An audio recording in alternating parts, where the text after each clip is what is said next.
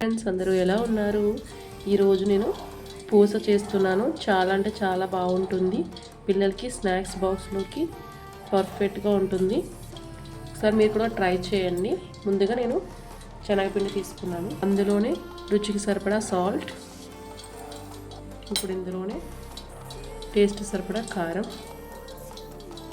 కొద్దిగా గరం మసాలా, కొద్దిగా జీలకర్ర పౌడర్, ఇప్పుడు ఇందులోనే కొద్దిగా పసుపు.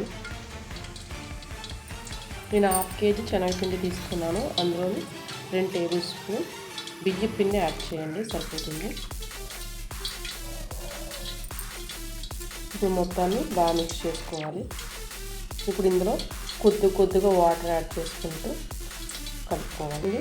ఇలా కలుపుకోవాలి. మరీ లూజ్గా ఉంటే బాగోదు, ఈ మాత్రం సరిపోతుంది. ఇప్పుడు మనం కలిపి పెట్టుకున్నాం కదా, పక్కన పెట్టుకోవాలి.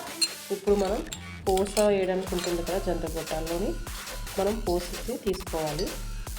ఇలా జంట గొట్టానికి కొంచెం ఆయిల్ అప్లై చేసుకోవాలి.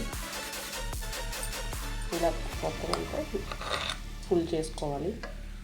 మరీ ఎక్కువ చేసేసుకోకండి, ఈ మాత్రం ఖాళీ ఉండాలి. ఇప్పుడు మనం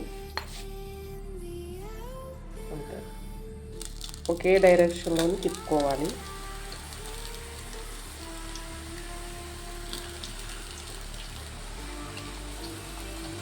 అంతే మనం మిక్చర్ చేసుకున్నా సరే ఇలాగే చేసుకోవాలి.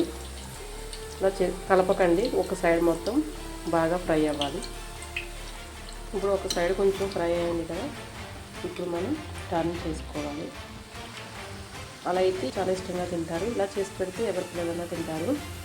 కారం బూందీ కూడా చేసి పెట్టాను వీడియో, అది ఎవరైనా చూడలేని వాళ్ళు ఉంటే డెఫినెట్గా చూడండి. అందరూ వీడియోస్ చూస్తున్నారు కానీ ఎవరూ సబ్స్క్రైబ్ చేయట్లేదు. ప్లీజ్ సబ్స్క్రైబ్ చేసుకోండి. చూసారు కదా, బబుల్స్ చూడండి తగ్గిపోయింది కదా, బాగా ఫ్రై అయిపోయిందని అర్థం. ఇప్పుడు మనం ఒక ప్లేట్లో తీసేసుకుందాం.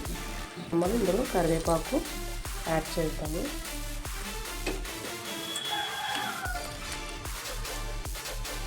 కరివేపాకు అంతా ఫ్రై అయిపోయిందిగా, మనం సగం ప్లేట్లో తీసేసుకుందాం. చూసారు కదా, మన పూస రెడీ అయిపోయింది. ఎంతో టేస్టీగా ఉంటుంది.